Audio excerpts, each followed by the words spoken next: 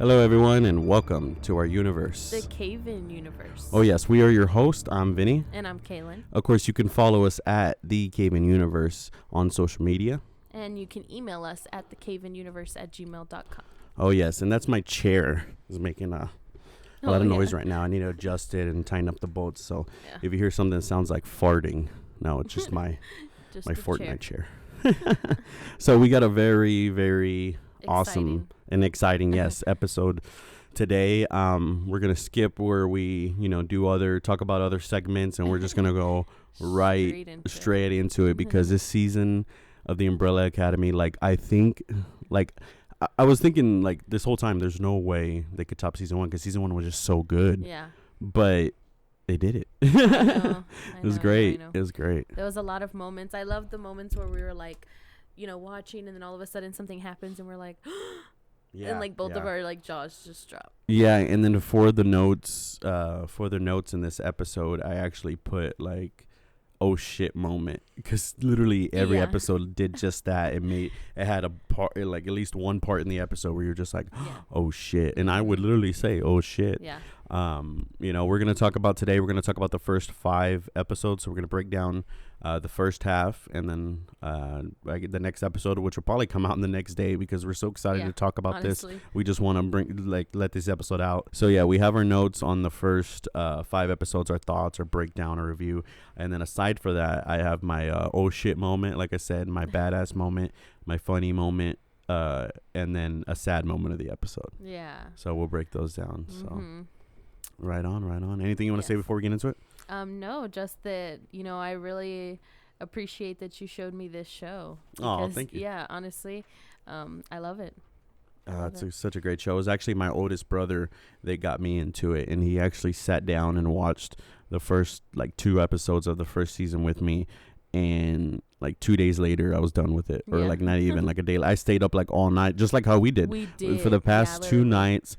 We went to bed at what, 6 a.m.? Yeah. For the past 2 nights, we stayed up late. Maybe it's for a reason, because I got to yell at some thieves trying to break into a car. Oh my God, yeah, we had a little You remember that? Yeah, I was. I walked outside at 3 a.m. to let the dog out, and I just see these 2 shady dudes, and I'm just what's going on there? And I'm staring them down. Yeah. And the next thing you know, alarm goes off. Next thing you know, I see them messing with cars, and I come in. And I let you know, I put on some pants and I walk out there ready to fight crime ready to some dudes, they're breaking into cars. Yeah, I was ready to fight crime like a vigilante. Yeah. And then what did I do? I walked out there, and the next thing you know, as I'm walking to the parking lot that they're going to, I hear a car alarm go off, and then I see them running, and I'm just like, hey, what the fuck are y'all doing? Yeah, it was and sexy. They just took off running. I was like, you fucking bitches. I was like, you lowlifes. And then me in the background, I'm like, yeah, keep running. Yeah, and then you would think oh God, sometimes I do things when I get in that mode and I regret later, because I don't regret none of that. No, they needed to know that hey, motherfuckers is watching at this time of night. Yep. You know what I mean? They need to know that we're looking out for each other. But what was I gonna say? I regret the fact that I wanted to go and look for them. Literally, yeah. He's like, I'm going to go look for them. And he's grabbing the keys. And I'm like, why? And I was like, well, I don't want to be here by myself. So that's what we did. We drove around and looked for them. Yeah, we did. I want to let them know, man. I just wanted to tell them, let them know, I just wanted to knock some sense into them. And just let them know, hey, what you're gonna do, you're gonna do. I can't control your life. Just don't do it around here. So episode 1, right back where we stand. So basically, last time we left off in season 1, of course, the end of the world was brought by Vanya, who basically was pissed off how she was treated all her life, how she was excluded from the other kids of the Umbrella Academy, and she basically was thought to have no powers until she figured out she did have powers and decided to kill everybody in the world. Basically, she just got out of control. Because just a lot of anger. It was really Luther, and was it Diego too that wanted to lock her up in that chamber. It was. Yeah, and that's what really pissed her off. And she had the flashbacks too. Yeah. So that's where we left off. So in order, they finally stop Vanya after she's about to kill everyone in the Umbrella Academy and in the world Well, upon stopping her, she still shoots a beam into the sky and hits the moon. And then, of course, that still brings the end of the world. So they're like, okay, well, we thought we stopped the end of the world. We didn't. We're screwed. So Five's like, well, it's risky, but I can try to jump us all back in time. So the Umbrella Academy, if you don't know right off the bat, it does deal with a lot of multi-dimension time travel and stuff. And my thing is that I usually do not like when movies and things do that. I don't think a lot of people do, because it gets confusing, right? Yeah. But it's not confusing in the sense that the plot. It's confusing in the sense that we have no real narrative of time travel, right? Yeah. We don't have, we have no real understanding of time travel. So every movie and every show you see that deals with time travel, it's all different. They all have their own theories. They all have their own, like, because basically it hasn't been, like I said, there's no scientific proof or evidence. There's no real information on time travel. So technically, as of right now, it's a theory. And it's make-believe. So if it's make-believe, anybody can do anything about time travel. So you see time travel, of course, in movies like Back to the Future. You see it, and I mean, gosh, so much Hot Tub Time Machine. I just thought of that. And one thing Dragon Ball Z. And then when I mentioned about like the time traveling, the one thing that we do know, because you said like we don't all understand it, the one thing we do know is that it looks painful. That I did point out, Yeah. There was another, oh my God, there was a fucking awesome movie about time travel. And this guy, like, he invented this time machine, and he goes back in time. So he ends up going so far back in time that he's, like, back in, like, where it's, like, caveman civilization. And, like, there's these, like, these caveman creatures that, like, just, like, eat people. And they're, like, living in trees and stuff. Like, I don't know. It's weird. They're living, like, side of the mountains and stuff like that. I think it's, God, what was it called? My dad watched it as a kid, and it just, I don't know. He goes to all these different times. Like one part of the movie, he goes to a time in the future, and like the moon is falling, and like he's in the streets, and there's cops, and he's like, "What's going on?" The cop grabs him. He's like, "You gotta go. The moon is falling." He looks up. Literally the moon is like releasing chunks. So he goes in his time machine. So he goes even further than that. Wow. So basically, ends up being apocalyptic. Basically, everything in time travel thinks that in the future is gonna be an apocalypse. So he basically goes past the apocalypse to where basically civilization is starting again, but they're all fucking cannibals. Yeah. So it's a fucking crazy movie. Anyway, enough on that tangent. So basically, all these shows, all these movies deal with time travel in their own ways, which can be confusing, especially like Avengers. I think the Avengers was great. The last movie, Endgame, was great, but they fucked up the time. They made no fucking sense with their time travel theories and they didn't. The best to ever, that's why I like this show so much, because I think the best to ever explain like time travel and how it works and like kind of like make sense of it is the Umbrella Academy. Yeah, so that's a good way to put it.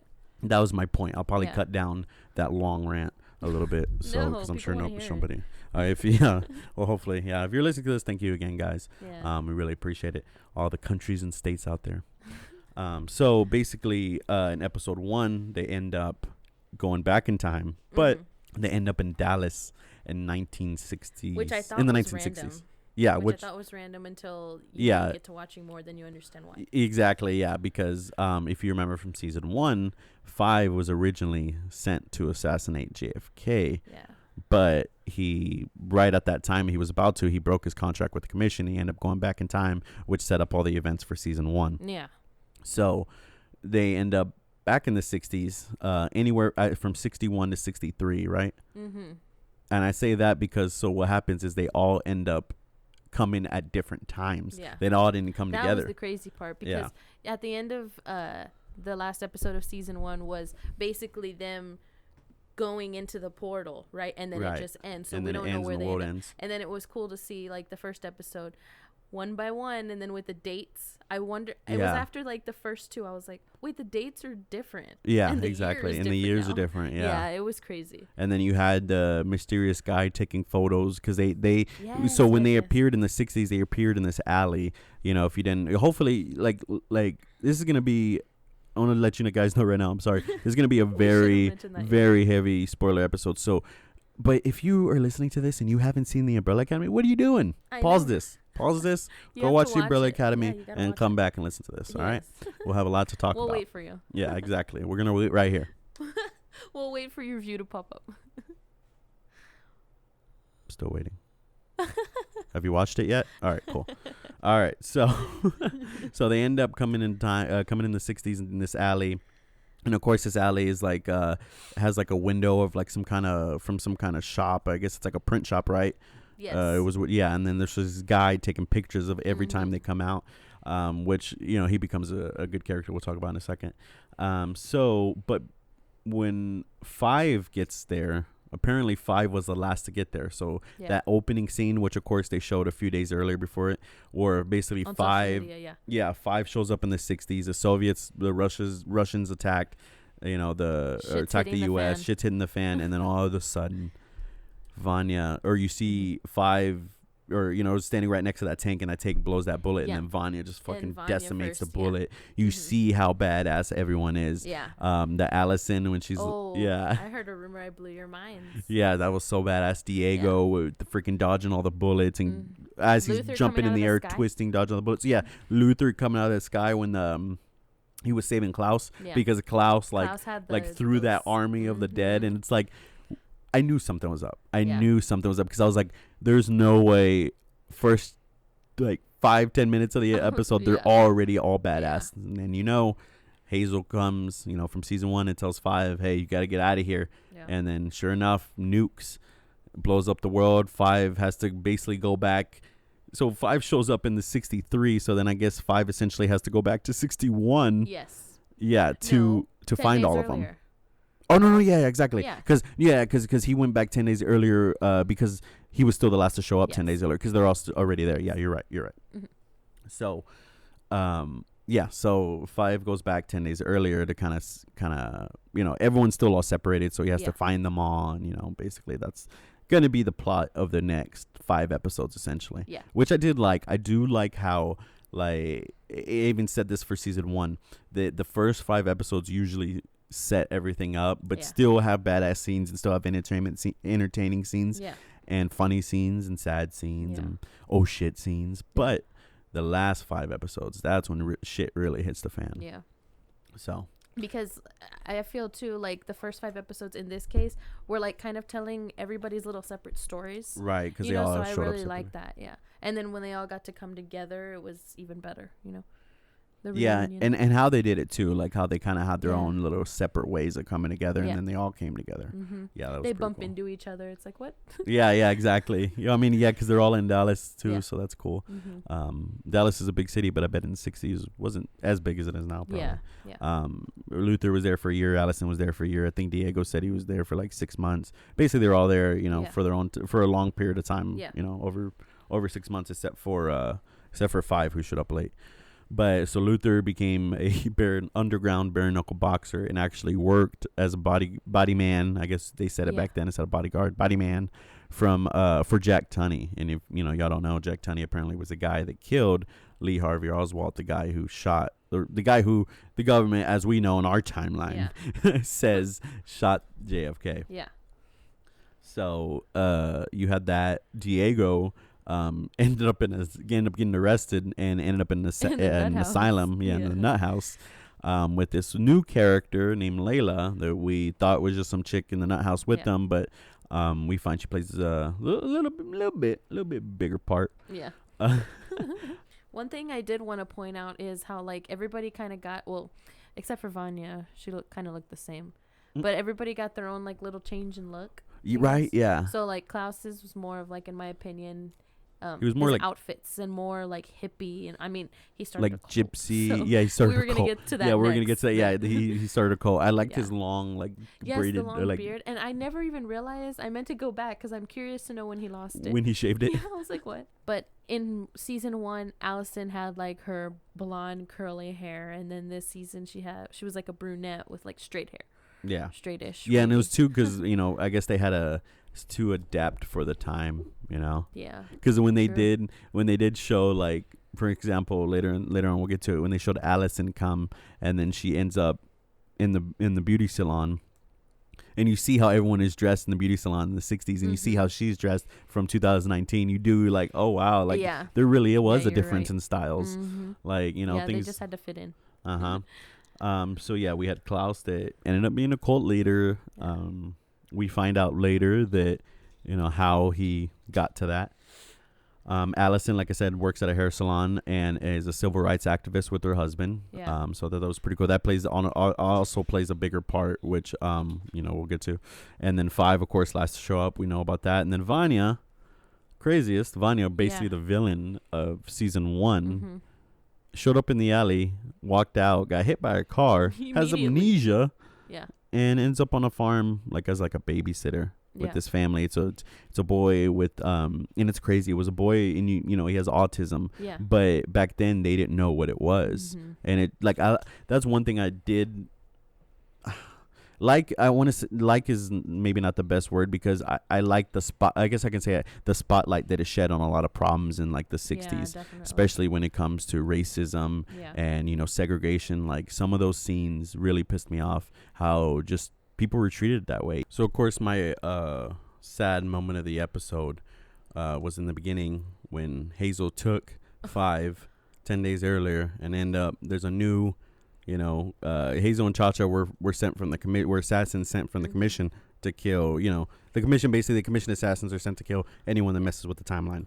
To make the timeline right again. So there's a new set of commission assassins, the Swedish triplets, which they kill Hazel. Yeah, so that's a sad brutal part. And they are brutal. It happened so sudden in the beginning. It freaked me out. I'm like, okay, it just started. Because I actually liked Hazel, and of course everyone invested in the story between Hazel and the lady from the donut shop, Agnes, I think was her name. Oh my god! You find out she died of cancer. Yeah. It's sad. So knew they were meant to be in season 1. They exactly. Genuinely loved each other. And at that point, Hazel, you can tell he's already old man. He has a big white beard. I didn't even think it was him. Remember? I was like, is it somebody else? I was like, no, it's the same actor. No, he just has facial hair. Yeah. So I like that actor. And the fact that when I saw Hazel in the beginning, I was like, yes, Hazel's in this season. Even in the trailer, I was like, hey, yes, Hazel's in the season. And then he dies. I'm like, no. And then when he dies, what happens? What? That he gives 5 that? When he slips that. Yeah, he slips something in 5's pocket. Yeah. I realized it. And then remember 5 actually brought out the tape, and you were like, what was that? And I was like, Hazel put it in his pocket. Because it happened so quick. So sudden. Yeah. And then that's the beauty about the Umbrella Academy, is that they show things that are sudden, and then they don't go back to it till a few episodes later. Yeah. And you're like, oh, Then it all makes sense. Yeah. It's one of those shows where you have to watch it, and if it's confusing, it all play. Yeah. It's gonna give you little chunks here and there, and then it fills in. That's the beauty of it, because and they're showing all these stories, especially in the first 5 episodes. They're showing all these separate stories, so you're literally getting one scene, and then you might not get a scene with that character again to either later in the episode or the next episode. There's plenty of times this season where they didn't show certain characters for an episode, not the main characters, but other characters. They you didn't see them for 2 episodes, and then you see them again, you're like, oh yeah, what was that guy doing? Yeah, you know what I mean? So the oh shit moment was the end when 5 finds Luther. And he tells Luther how the apocalypse followed him, and how the world's gonna end in 10 days. And Luther was always the one, really always the one in his feelings in season 1, and always the one, because he's the first one that was adopted. He was number 1. So he was always the leader, the one that wanted to do it right. Yeah. And what did Luther tell 5? He goes, I don't give a shit. Yeah. He's literally he's lived in the 60s, living this life for Jack Tunney, being a boxer for a year. Bless you. He reached a point where he just doesn't care anymore. Yeah. So and that we realize why. Oh yeah, exactly. Exactly. Yeah, we'll get to that. And then the badass part, I just wrote down Allison beating racist ass when that dude at the hair salon that was, just being a douchebag. That's all I can say. And then he deserved to get his ass beat. Yeah. Yeah. And then funny moment of the episode was the guy that we find out that was taking the pictures of him in the alley. His name was Elliot. And at first, yes, Elliot. 5 is the one to really talk to him first and explain, that they need his help, what's going on. I just loved how in the beginning he thought 5 was an alien. He's getting all freaked out by the powers and stuff. Yeah. I just thought that was hilarious. So. And then too, I think it was in that episode 2 or the next one. I'm not sure. But as he meets them, he's like, oh, you fell out of the alley. Or because he was watching all of them, he knows their faces. Yeah, and he had pictures of them printed out, and it was all shitty because it's photos in the 60s. Yes, and then remember I mentioned that in the 60s was probably good quality photos. Right, oh, you can see the whole silhouette of the body. Yeah. Literally. Right. So it was a good start. It was a good beginning episode. Yeah, definitely. So episode 2, So that's when I guess it was the first episode. In the end of it, Klaus gets caught, goes to jail, or he's like, because he stole that guy's truck. God, I'm so too close to the mic. Oh, you sound good. Oh, okay, thank you. Yeah, so he stole that guy's truck at a bar because he ends up in a bar in the middle of nowhere, and like Texas, of course, and like he ends up in a poker game where he loses. Oh, because the whole point was Ben. They made a bet. Yeah. Yeah. Well, no, because Klaus or Ben, of course, right now at this point is still with Klaus, and that's when he told Klaus that guy was bluffing because Klaus bet the chain and the guy bet the keys to the truck. Yeah. He told Klaus the guy was bluffing on purpose so Klaus would lose. Yeah. And when he wants Ben to come in, Ben was like, with him, Ben was like, nope. He's like, you say you don't need me, because they had gotten into a little fight. All planned. Yeah. Yeah. So then he loses. Yeah, so he loses, and he still ends up stealing that guy's truck. Yeah, so he gets caught at the end of episode 1. So episode 2, he's in jail, and that's when he meets Allison's husband in jail because Allison beat that racist guy's ass. I guess back then, they didn't believe in self-defense unless you were fucking white. But so they end up putting her husband in jail for no reason. And literally. I say this angrily, not that I'm angry at the show. I'm angry at the fact that, like I said, spotlighting that people were treated bad like this, spotlighting that this shit did go on in the 60s, and not just in Texas, everywhere. And it just it's sickening. But I'm one point, it is good that shows like this that are so popular and people watch, a lot of people watch. They need to spotlight this because they need to show like this is how people were, and the fact that if there are people like this still today, it's like, wow, you are sad, you are a small pea brain motherfucker. Just get rid of it. Yeah, exactly. It was just gonna go away. Yeah, and there was a part in the later on in the future episode where Allison explains like what the civil rights activists are doing in the 60s does make a huge impact. Yeah. But it's still not done in 2019, 2020. So, that's that was a powerful statement. Yeah. It's crazy. So of course he's in jail, and Klaus meets him in jail, and they have a good like they meet through Shakespeare. They hit it off. Yeah, they hit it off through Shakespeare, and of course that ends up coming into play later, but so that was a cool moment. And then because of that, Allison goes to visit the jail that her husband's in, the same one Klaus was in. Klaus had already been released, and that's when Allison first sees there was a guy in jail that was a guy that was in holding. I don't know, say in jail, they're in holding cells. Yeah. There was a guy that was in a holding cell with Klaus that was part of his cult. Yeah, it was part of his cult, and he had so basically everyone in Klaus's cult got the hello goodbye tattoos on their hands. Yeah. So it was when after Allison sees her husband, she's leaving, she sees the guy with the hello on his hand, and she's like, "Where did you get that tattoo?" And then what did he say? He's like, "All the followers of the prophet has one," or something like that. And she's like, "Oh, prophet, like it would be Klaus to be the cult leader of all of them." It made sense to her. But then the scene where, so I guess 5 is, what is that considered? Is that like a strip club back then? What? Where he ran into Luther? No, it's more like it's a cabaret, where there's no like nudity. There's just like, back then there was just like, I think they were called like go-go dancers. They were just like that chick was like people, dancing in the feathered dresses and stuff like that. Yeah. And it was like a cabaret club, probably after hours. They probably show some nip. Yep. I'm sure back then, because that's another thing that spotlighting back then, they spotlight, how they treated, minorities, how they treated people, the LGBTQ community, how like they said that, back then they were like, oh, that's not right. But also how they treated women back then, just women in general, like they're just like, I don't know, like the women was always, what is it? Is it feminism or is it no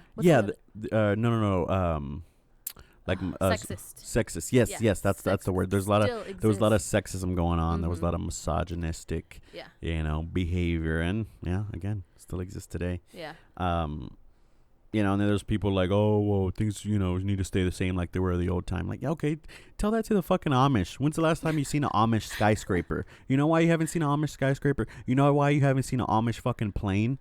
Because they're stuck to, we want everything to be how it was. And look, they never get fucking nowhere in life. They're still, there's nothing wrong with it. Respect to the Amish. That's how you want to live your life. That's how you want to live your life. But that's just an example of what happens when you want to stick to something and you don't want to grow as a civilization, as humanity. Mm-hmm. But the Amish do it for religious purposes. I totally understand. I'm totally down with it. But, an example, people. Good example. Yeah. Oh, okay. So episode 2. So of course Vanya, I don't know if we can finish explaining that she has amnesia. She ends up on this farm. Oh yeah. With this kid that has autism, and it's crazy back then too. They didn't even know what autism was, and she has amnesia. She doesn't remember anything. So this is when Luther goes, because basically at the cabaret club, it's crazy how it's all connected. Luther was there. 5 was there, and then the dad of the family that Vanya babysits was there, and he was all drunk, so he needed a ride. So Vanya goes and picks him up, literally looks Luther right in the eye, and then just keeps driving because she doesn't remember him. We both were like, what? Yeah, exactly. But then it made sense when she got to explain later on that she was in an accident, and then I was like, oh, that's right, she got hit by a car. Yeah. And then I don't know if we mentioned, but you went to say that she was in an accident, got hit by a car, and then now she lives on the farm with that family. Yeah. That family, we have to point out, that was the woman that hit her. Yeah. Oh, yeah. Yes. Yeah. I'm sorry. I didn't I mention thought that was crazy. So they basically just brought took her her in because nobody ever, Vanya would put, she had no memory, so she would put ads in the newspaper, missing teen, but she would do it for herself. It was sad. Yeah, it was. Yeah. Vanya is on this farm. Luther goes to the farm because he finds the dad's wallet they had dropped at the club. Yeah. So the crazy part was that he had a gun with him, and he had that look in his face, the same look when he basically suffocated Vanya in season 1 to make her pass out and then threw her in that chamber. Mm-hmm. So he was ready to kill her. He was ready to shoot her, but then he finds out that she doesn't remember anything. She doesn't know who he is, and at first he even Luther is kind of an asshole in this season. I like. But there's another thing. I like all the character development. Honestly, I didn't like how Luther was, but everyone kind of grew up. Yeah. In a sense, I think where that came from was his I don't give a shit. Kind of personality now. Right. Where he sounded a little bit meaner. Yeah, exactly. And he even told Ivana, he's like, if you're bullshitting me, you know what I mean? So I like that. Even Diego, because I think episode 2 was when Diego escaped the asylum, right? Episode 2, yes. Yeah. Diego escaped with the help of his crazy chick sidekick now, Lila, I'm sorry. So he escapes, and like I said, I like the character development that they gave Diego too. He was definitely talked more, definitely funnier. I definitely like the long hair as opposed to the short hair and the scruffy beard. I like that, how they always referred to him as like a caveman look. But I mean, I think he pulled it off better. Yeah. But just everyone kind of grew, and everyone had more, screen time in a way that highlighted them, made them look good. Even Reginald Hargreaves, which we'll get to that because that's when we find that tape that was in Five's pocket ends up being the footage of the JK assassination that was going to happen a week later. Yes. And who is behind it? Who is on the lawn with an umbrella at that point where basically they think it was the spot where he got shot? Reginald Hargreaves, the dad. Grassy knoll. On the grassy knoll. There we go. The monocle, which if you know the comics, that's what he's referred to as a comics. I thought they were going to highlight that more because basically in the comics the whole point of his monocle is that he can see people for who they truly are, so he can look at you through the monocle and see if you have powers. But I think they probably dropped that for the show because they didn't even mention it. We did realize that, and I know you pointed it out too because you're more familiar with the comics, saying that how they changed it up. Mm-hmm. So I thought that was good. Because they have a comic that's based on the apocalypse and Vanya, the white violin. And that was, that's what season 1 is loosely based off of. Yeah.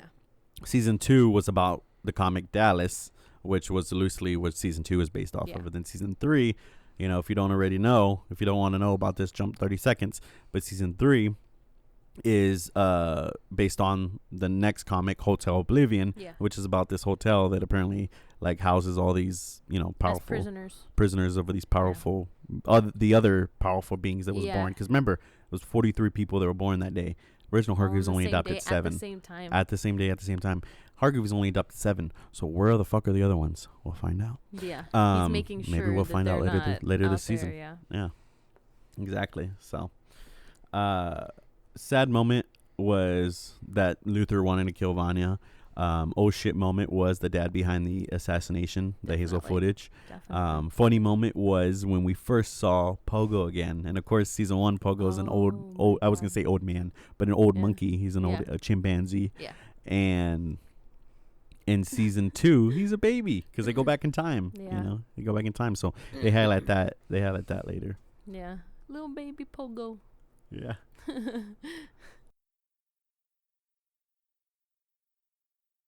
So episode 3, so of course that's when Luther, first thing that comes to mind, that's when Luther, he got Jack Tunney to look up Allison. So he found Allison where she lived, goes to her house with chocolates, and finds out she has a husband and she's married, and she has Raymond Chestnut. And can I help you? Oh yeah, because he's like I'm looking for Allison Hargreaves. He's like, you mean Allison Chestnut? He's like, oh, my heart. So then then he brings him inside. He's in the kitchen, all in his feelings, and he starts eating the chocolate. I just thought that was do you mind? Yeah, that was a good scene between them too. That was also he starts eating the like mouthful of chocolate. He's like, oh, I'm sorry. He's like, you want some? I thought that was good. Like literally the character development that they gave Luther is really awesome. Yeah, all of them got like because really in season 1 it was really like, Five's character is always going to be badass. Five's always going to be badass and funny. But I feel like season 1 it was more like Klaus. It was like the funny one. But like now they made it to where like, I mean, they're all badass, but like Luther, Diego, and you know everyone's got their funny moments now. Yeah, even Allison. So that's pretty cool. Oh yeah, and that's the infamous sit-in protest scene where, you know, back then they're in the 60s, so segregation. There's this diner, the first place that Allison went to when she got dropped in the portal, and that, you know, was crazy. So she came out from the alley, right, immediately walks into this diner, and it's crazy. Everybody starts to stare at her, and then that's when you realize that I guess he's the owner, right? Yeah. So the owner, and then points up to the sign, says whites only. That was like, whoa. Yeah, that was like, whoa, oh my God. Yeah. Like, that's fucked up. So they basically, the organization, nonviolent, you know, peaceful protest type organization that Allison. They were actually calling it a rally. Yeah, rally. Yeah. Okay. Yeah, because anyway, back then they didn't even have anything like peaceful protest. Yeah. So yeah, they referred to it as a rally. Basically, they were gonna do a sit-in where they went to this. They all go to this diner, and they all, you know, all the, you know, African Americans sit at the bar and ask to be served. Yeah. So they wanted to do this to get media attention because JFK was coming to town, right? Yeah. Which it did. That really like pulled on my heartstrings because they sit in, you know, they're peaceful, they're doing the right thing, and then all the white people are just chanting, "Get out!" They're pouring salt or with sugar on like all of their heads. And then finally, I forgot what pops it off. Oh, the fucking owner spills. Oh, foreshadowing.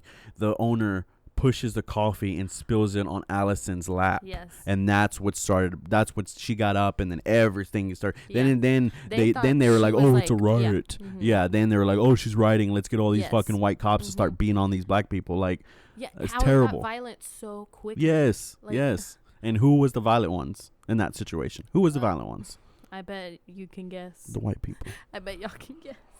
You know? Yeah. And, you know, when we're talking about this, we're obviously talking about people, you know, in a show, right? Yeah. But I'm also referring to I'm not referring to people of today, okay? I'm referring to people back then, you know? People in like the 60s. People, and, you know, I'm referring to people back then. People now, too. Actually, I'm referring to you. If you still have feelings of racism and you're a racist piece of shit, get off this fucking podcast, okay? All right. Talking shit to you, and I'm talking shit to all your racist grandparents in the 60s. Straight up. All right, that's what we're talking about. Straight up. Anyway. So immediately when they, you know, think Allison's getting ready to riot, right, they take her down. Yeah. And they also take Raymond. That was when it got violent. They pull him out on the street and they start beating him. The baton. They start beating him with the baton, and then Jesus, like when that cop points to Allison and goes, "You're next." Literally made me want to jump through the TV. Right. And fucking, like, you know, but it's a show. Angry, it shows what needs to change. Yeah. You know, what needs to change. What needed to change back then and what needs to still change now. Sadly. Yeah. Sorry, guys. I'm not going to make this a political tirade, but hey, you're listening to our podcast and I'm going to tell you what pisses me off. You know what I mean? Yeah. So. You have the right. Exactly. Exactly. Watch in 5 years, somebody's gonna try to cancel me for talking shit about white people. Wow. It's like, yeah, all right. Oh yeah, so at this point it's getting violent, right? So the cops beating Raymond. Is it Raymond, right? Yeah. Raymond Chestnut. Raymond with the baton, and Allison can't just stand there and just watch it happen. And mind you, she hasn't used her power. Yeah, she's been there, apparently since she landed in that alley. Yeah, because even season 1, she had the thought that using her power was bad. Yeah. Because in season 1 she only used it to get basically she only used her power to get everything she wanted. So then she got to the point where she's like, I'm not doing this anymore. She regretted it. Yep. Yeah, so sad. But then, like I said, she can't just stand there and watch this happen. So she uses her powers. I heard a rumor, So she leans over into the cop's ear. I heard a rumor. What was it exactly? Did you walk away? That you just walked away. Yeah. Yeah. And then Raymond, literally laying on the ground, can't believe his eyes. Like, he's like, what did I just witness? Mm-hmm. So it kind of freaked him out, and he runs off. And then because he's like who are you? He's like, how did you? He's like, I don't even know who you are. Another powerful statement. He's like, what did you tell him? And she goes, I just told him to leave you alone. And he goes, there's no way a black woman tells an officer to stop being a black man, and he just walks away. There's no way. In the middle of all that too, and that another powerful statement. Yeah. Just, whoo, man. Mm-hmm. Crazy scene. Honestly. Let's see. So we have my wholesome moment was when Allison and Klaus meet up in this episode. She goes, you find out Klaus lives in this mansion because he apparently, I don't know if you find this out. I think in the beginning of 3. Beginning of 3, yeah. That he lives in this mansion. He became this cult leader because when he got there, he was at that same diner, but of course he was allowed in. Yeah. And he gets kicked out. He was saying he was part of the royal family, and they're like, no, you can't even pay your bill. He's eating all the table's full of food. He's eating all this food, so they kick him out. Yeah. And this old lady is like, oh dear, you poor thing. You see she has a giant diamond. I knew. And she's like, come with me. And he's like, yes. So ends up being with this lady and living her rich life, and somehow he ends up traveling to all these places. And I think it was really because you find out that throughout this season, which is cool, you find out that season 1, their powers were kind of just like the base of their powers. Yeah. They all kind of start getting, or new levels of their powers in season 2. Yeah. And that was another thing. Like in the comics, Klaus can levitate. Well, you find out he can levitate in the show, but not exactly. Yeah. He's only levitating because the ghost of Ben was holding him up. So I think because of that, that's when people started thinking like, oh, like he's something, he's special. Yes. So that's when he started saying he was a prophet and basically became a cult leader. Yeah. So and then they travel, right? They travel to like all these places. He got like baptized in India. Yeah. He's like in the underwear, and they put all the lays on him, and they're all like embracing him, and like these people are like, they look at him like a god. Yeah. Yeah. He walks by, they bow, like it's crazy. Yeah, that's crazy. Yeah. And then of course in this episode we got Vanya and Five met. So Five met again. Oh yeah. So that was a good scene because Vanya didn't know Five, and Five kind of filled her in a little bit, but not exactly how. Yeah. He didn't tell her she was the monster that she was. It was and then of course the oh shit moment, we find out that the girl that helped Diego escape, that's been by Diego's side, they've already was no one. We thought was like nobody, a new side character. They've already banged at this point. She took care of him. Oh yes, we missed that out in the last episode because last episode Diego and Reginald Hargreaves got into a fight. Yeah. And Hargreaves at this was the point when we realized he doesn't know who they are. Yeah, exactly. Yeah. Because he stabs Diego. Diego gets into this fight, and when Diego thinks he's got Hargreaves beat, first of all you find out Hargreaves, for an old man, it's badass. Yeah. Like literally badass fighter, does all these flips, jiu-jitsu, whatever. And so he stabs Diego, and that's when I started thinking too. Remember when they showed Hargreaves in season 1 when he first came to America? It was like in the fucking 20s. I think I remember that. Then in the 60s he looks the same. Then in 2019 he looked the same. Keep that note. Okay. There's reasoning for that. Yeah. So they had that fight. So Lila took care of Diego. They banged, whatever. She leaves while he's asleep. Yeah. And who does she go see? Oh, the handler. And she's like, Mom. I'm like, Mom. What the fuck? Yeah, the handler from season 1, the one that 5 worked with, or, basically her and 5 have like she said, a colorful history. Yeah. So yeah, we find that was a big shock, a big oh shit moment. Yeah. And of course, the badass moment of the episode was when the Swedish people tracked down Vanya, and they're gonna, they chase her into the cornfield. They're gonna gun her down, and then boom, she activate her powers again and like blows them all away. Literally. Creates this giant crop circle, and so that was a badass moment of the episode. Yeah, definitely. Yeah. So episode 4. So episode 4. So okay, like just to recap again, I know we just said it, but end of episode 3, we find out that Lila is the handler's daughter. Yes. Going into episode 4, immediately we figure out how did she, come across Lila. So Lila's parents are killed. We don't know by who yet, and at this point we find like that the handler is there on the mission, and she like looks like a door, right? She opens it. Baby Lila is there. What, at this age, like 4, right? Yes, at this time, because her parents. She's like 4. Her parents are laying in the living room, and they get gunned down by an assassin from the commission, of course. Yeah. But you don't see who. Yeah. Then you see the handler walk in, and that's when she found her. Mm-hmm. Yeah, and at this point we're just like, what is she just took her because she was being neglected, or what? Yeah, like so she's being kept in the wall. My first thought was, why was a handler there? Yeah, and we find out. Yeah, we find out. That's she was there to get Lila. Why? We'll see. Yeah.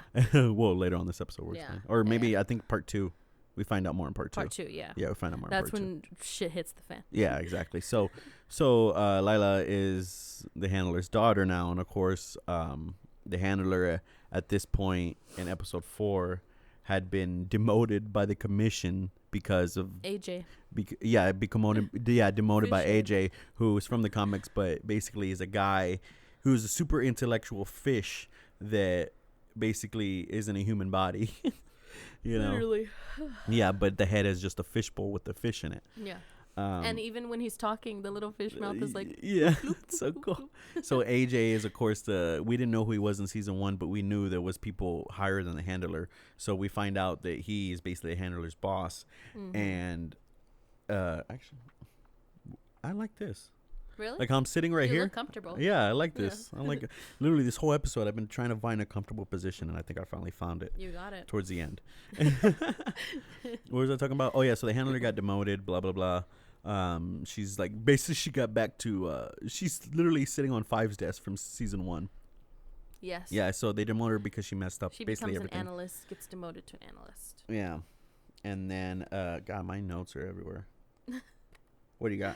And then we mentioned, like, in the last episode, after, like, the riot and everything, or so-called riot, Raymond runs off. Oh, yes. This next episode, Klaus and Allison, are staying at the house together. Allison has been up all night because she doesn't know where Raymond is. Yeah, Klaus is with her at her house, right? Yeah. And it gives Klaus a place to crash. So she's looking for Raymond. They get into like a little what is that story that he mentioned? The scorpion and the what? Oh, the frog and like, the scorpion. Yeah. And I was like, yes, I love this story. He starts telling it. I was like, that's not how that goes. That's not the story.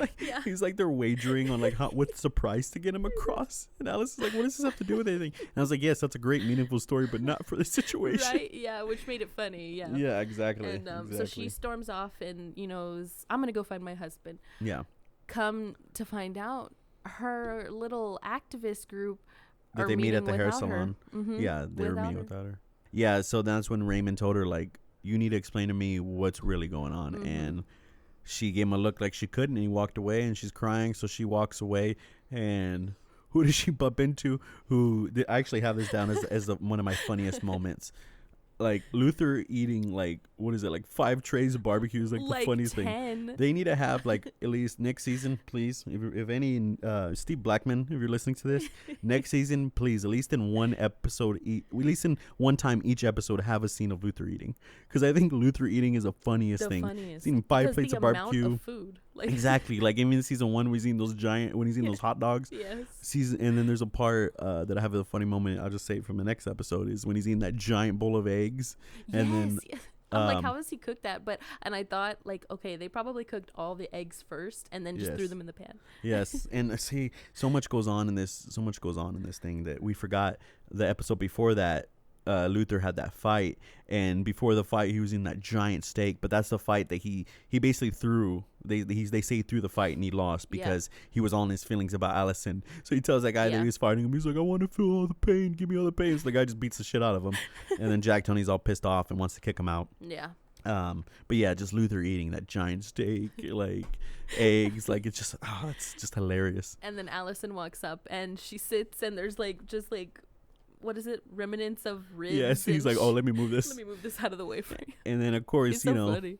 Allison and Luther are essentially siblings, but they're not biological. And under their circumstances, they're not normal people. So they have a love fling going on. So like they're that when to like each other. Yeah, when they first met and hugged, that was a good wholesome moment. But like it was funny, like how awkward they were being, because it was like typical, moment like that. He was all giddy, like he didn't want to seem too nervous, but he did. Yeah. And then another note about the beginning, how this is when I started thinking, when the handler found Lila was in 1993, and she was 4 years old. And then that's when I started thinking, what's 93 minus 4? 89. So we'll keep that in mind. We'll talk about that a little more. Mm-hmm. We're basically doing what the Umbrella Academy does. We're telling you little things, and then we're going to talk more about it later because that's how we have to do it, going episode by episode, right? Yeah. The CayVin Academy. The CayVin Academy. That would be cool. I know, right? Yeah. Anybody down for a CayVin Academy sticker? Yeah. Anyone got superpowers? You're down for a CayVin Academy sticker? Let us know. No, I'm just kidding. So let's see here. So then in this episode 2, we got 5, because Luther was the first one to really fill in Vanya that she basically was the cause of the apocalypse. So they fill her in more and more on her life. You mentioned the Allison Luther. Then we had where Klaus goes on to find Dave. Of course, Dave is a guy he met when Klaus ended up with a briefcase and went back in time to the 70s in season 1. He ended up in the Vietnam War, met this guy, Dave, and they ended up falling in love. Mm-hmm. And Dave died while they're in battle on a hill. Yeah. I forgot what hill he said. But so he tries to meet Dave, to meet him basically because Dave doesn't know who he is. Dave has never even met Klaus yet, He's trying to catch him before he enlists. Yeah. So that's the moment where, because first he saw the hardware store we worked at, then he went to the diner and he tried to tell Dave, like, don't enlist. I already know, because he already knows everything about him. So he's like, I already know your uncle's trying to tell you, and I already know this. And that's when obviously the uncle comes out and tells him, hit this queer, that's the quote. Mm-hmm. And that's just terrible. That's terrible. And then so of course he's yelling, and Klaus is trying to tell him, like, no, like, I know you, I love you, like, don't do this. And then he punches Klaus, of course, and the look that like Dave was giving him was like, because again, like, it's sorry, like, but a lot of things back then too, it's like it wasn't really always, it was a lot of situations it was like that. It was just somebody in somebody's ear telling them that's not right, you shouldn't be that way. So it's gonna that shapes that person, and it's just that face he gave him. It just, so of course Klaus gets sad and relapses, goes to the liquor store, starts drinking all this liquor. Moment. Yeah, I like was that. a funny moment. So not that Klaus got punched, but the relapse, cause kind of because you like, that's what I like about the Umbrella Academy. Even when they have moments that make you sad, the next scene it like kind of brings you back up, and that's kind of what it did. So of course the oh shit moment was when Diego, Lila, and 5 go to infiltrate the meeting, because apparently they find out, they think the dad, they find out, apparently they find out the dad is part of this group. If you're into conspiracy theories, of course, the Majestic 12, even the game I just played, Destroy All Humans, they even mentioned Majestic in that one. So it's known that they're behind a lot of stuff, UFO type stuff. Alien, conspiracies, whatever have you. So whatever have you. So the oh shit moment was when Diego first sees the mom from season 1. Now the mom is a robot in season 1. We don't really know if she is or not in season 2 yet. at this point. So he I sees don't her. think she is. He tries to talk to her. Of course, it's like that's always sucks about like things when about going back in time. Like he tries to talk to her like she knows, like he knows her because he does, and she's like have we ever met? Yeah, he went, Mom, and she's like, what? Yeah, Who? it's like that's terrible. Yeah. And then so they try to so Diego sees the mom, and then they're basically trying to track down the dad. Yeah. And in this moment, the Swedish assassins are there. So that's the badass moment, was when Diego and the Swedes are basically hurting Diego and Five, but because the handler told Layla to protect Five at all costs, she comes up there and she starts whooping ass and kind of helps them. But she doesn't help Diego. She just helps Five. Yes, that was crazy when she's literally standing in the hallway. She has Five on this side and Diego on this side, both getting their asses beat. Yeah. But then she just remembers her mom's voice. Yeah. Protect number 5 at all costs. And that's when we start getting, well, first, before that happens, Five is the only one to see the dad, because at this point when the fight's going down, Majestic's like, we've been compromised, go to the backup location. So they're all in the parking lot waiting to leave. Five sees his dad right before he's about to go in the car, and speaks a certain Greek to him, which is, we find out later is Homer. And so speaks Greek to him. And then I just love, I would consider this a funny moment, was Five is like so no bullshit, like, because earlier before they even go to the event to infiltrate this Mexican party where the Majestic is meeting, Five tells her, like, I know something's up with you, like, cut the bullshit. And then even at the end of the episode, so badass. At the episode, he even tells her, he's like, and Five is this character played by, well, how is he, like 15, 16? He's young, But in the show, he, there's this whole, if you haven't seen season 1, again, why are you listening to this? Go back and watch this. Go back and watch season 1 and 2. But again, so Five, of course, he's like a, 50-something-year-old man in a 13, well, I guess in this point, it'd be like 14-year-old body. Yeah. But he's just like, he tells her, he's like, I know something's up, blah, blah, blah. He's telling her off. He's like, if I see you again, I'll kill you. Yeah. And then Diego, that's when Diego, too, when Five walks away, Diego tells her, he's like, yeah, why did you help Five and not me? But she plays it off. She's like, well, he's a kid. You're a grown man. Like, he has a point there. Yeah, so now let's say Lila's become a little more important. Yep.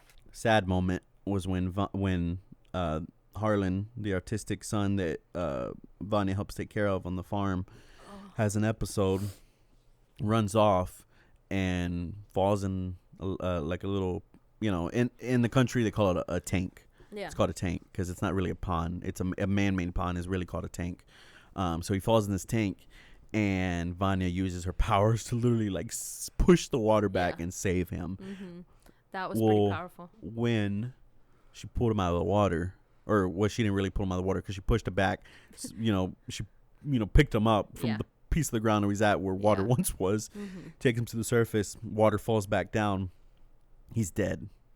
So she starts giving him CPR, and it's not working until finally she breathes one, final time, I guess you can say, and then you see the same little magical dots go into his body, the same magical dots that in season 1 Reginald Hargreaves, before he left whatever planet he was on, released that same, fragments or whatever, brings him back to life. And that's when I was like, wow, okay, so I guess Vanya can resurrect people now. Yeah.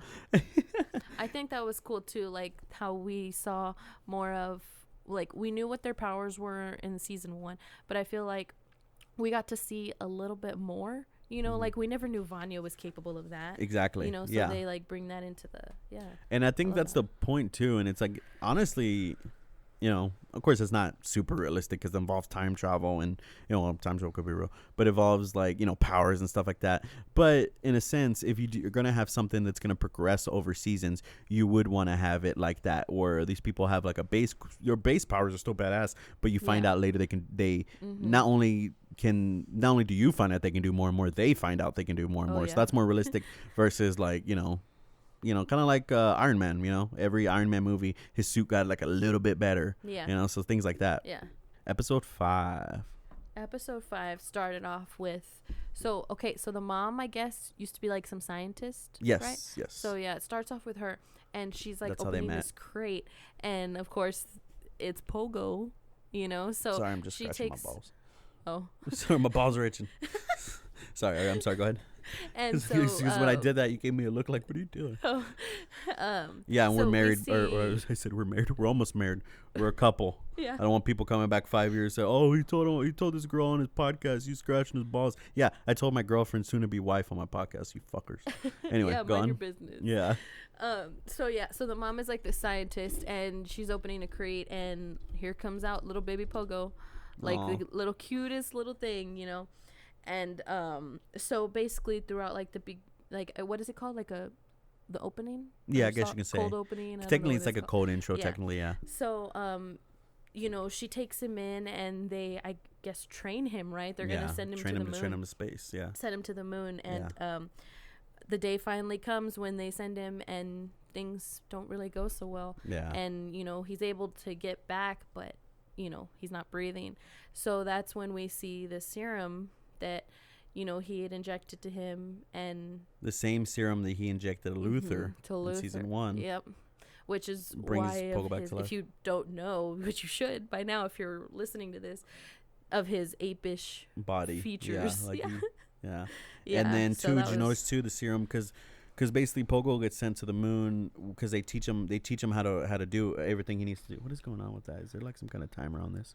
I don't know, probably. They teach him basically everything he needs to do, you know, like all the knobs he needs to turn when he gets up there. So when he does get up there, something goes wrong. So when he comes back down, did you notice that he's all burnt up? And then when he does the serum, it like slowly starts going away. Yeah, something about that serum. I noticed. See, again, we know that serum has been used last season and this season, but we kind of really don't know much more than that. Yeah. So again, other things that can they can explain upon in the future. Elaborate. Yeah. So of course that's when, I think it was the end of season 4, or the end of episode 4, where Vanya and basically the wife of the family, she's with Sissy, that's her name. Yeah. They start having a little love connection. Yeah. And then of course it's the first time you see him in bed. Yeah. In this episode. Mm-hmm.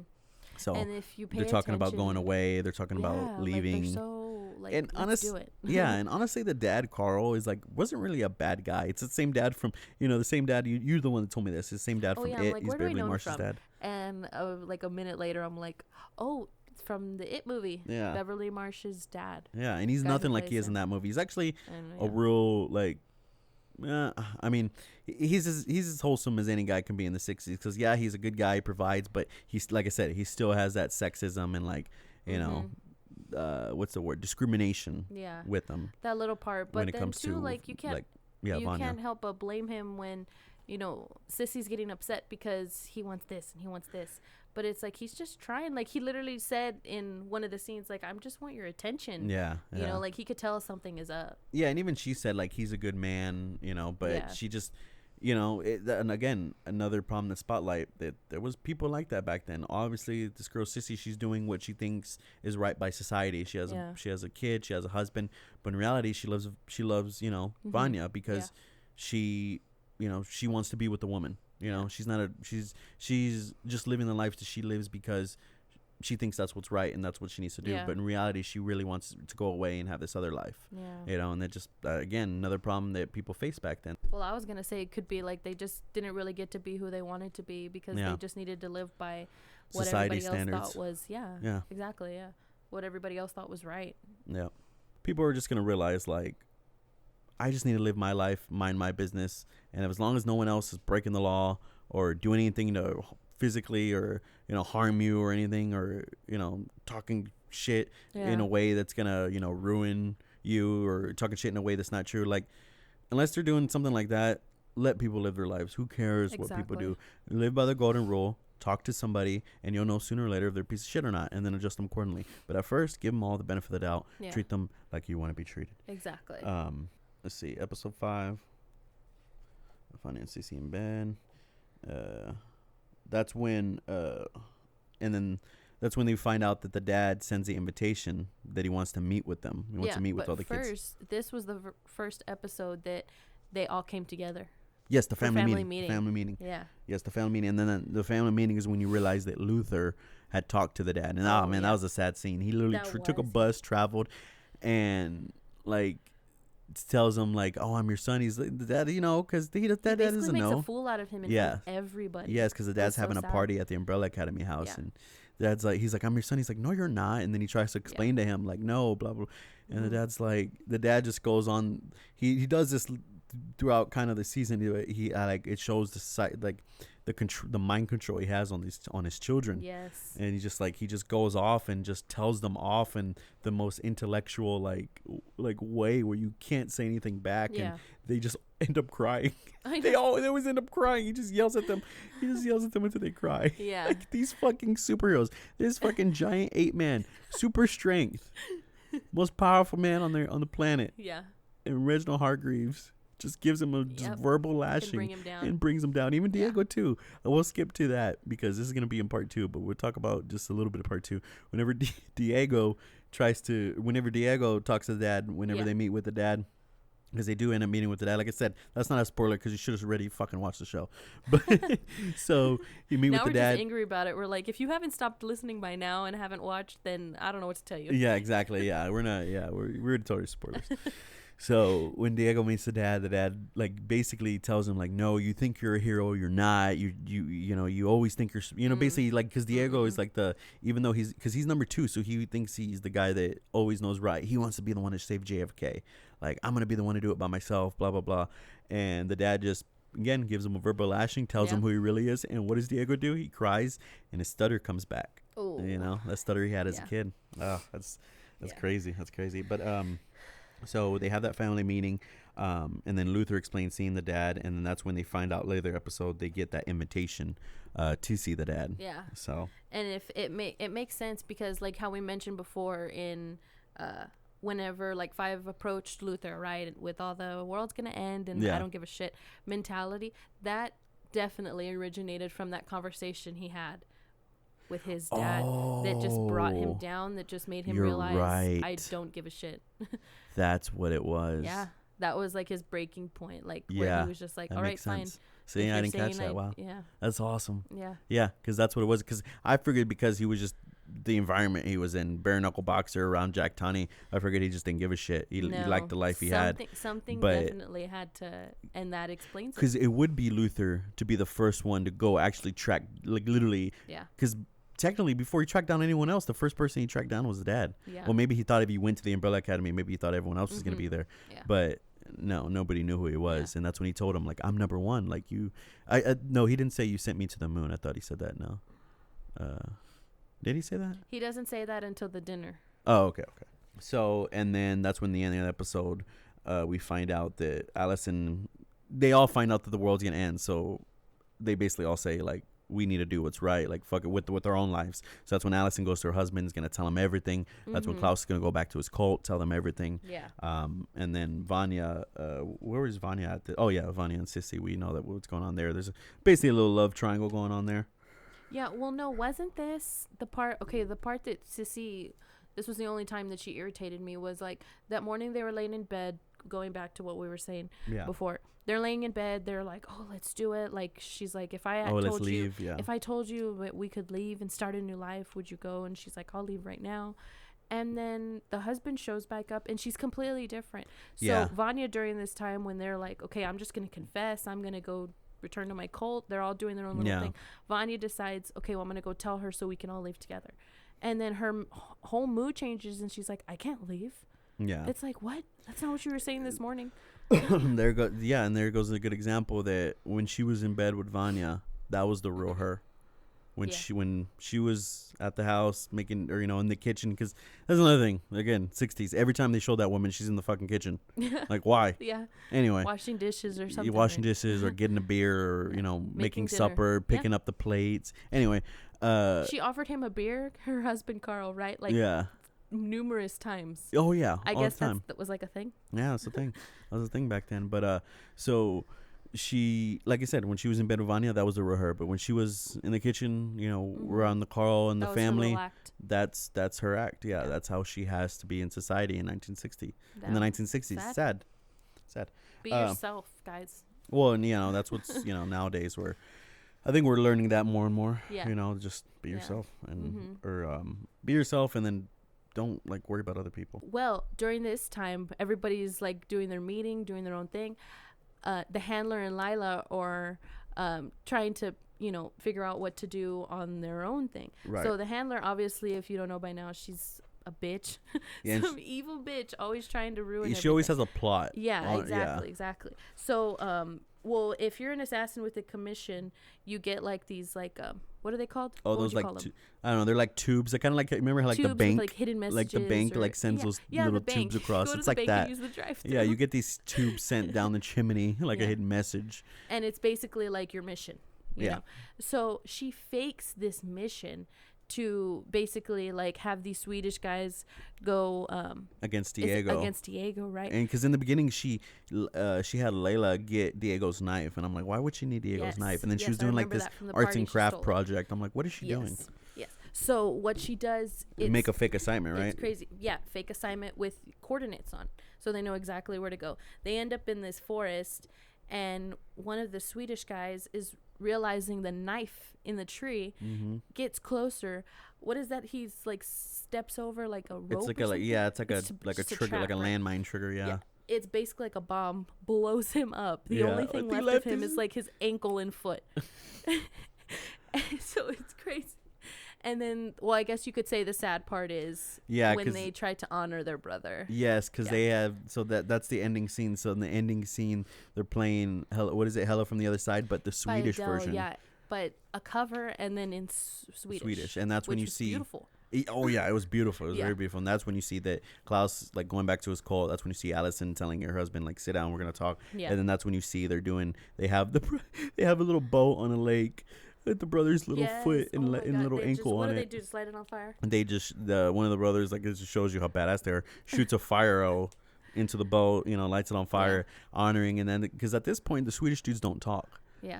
And which was like their thing. We realized, right? Yeah, that they don't talk. They're just fucking badass. Their second scene that we had seen with them, you were like, do they not talk? Yeah, no. Like, I don't think so. No, they don't need to talk. They're just badasses. Yeah, exactly. But that's when one of them just yells because. Like that's their triplets, so that's their brother. Like it is sad.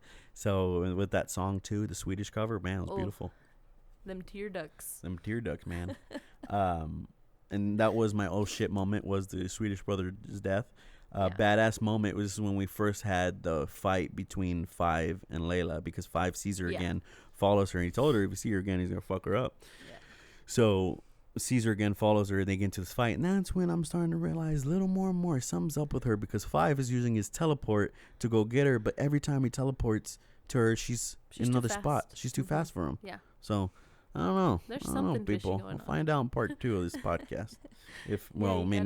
Like I said, if you were listening to this, you probably already seen it, so you probably already know. You're just trying to hear our opinions or little thoughts about it, breaking it down. Yeah. All this good stuff.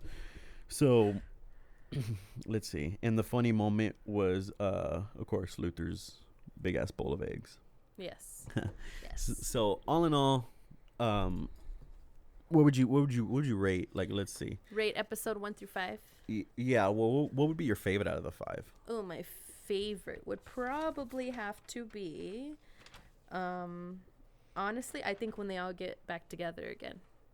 I would say when they all finally reunite. Yeah. So that was episode 5, right? Yeah, the family meeting. Yeah, it was funny to see them all like, oh my god, like you know, happy to see each other. It was nice. Yeah.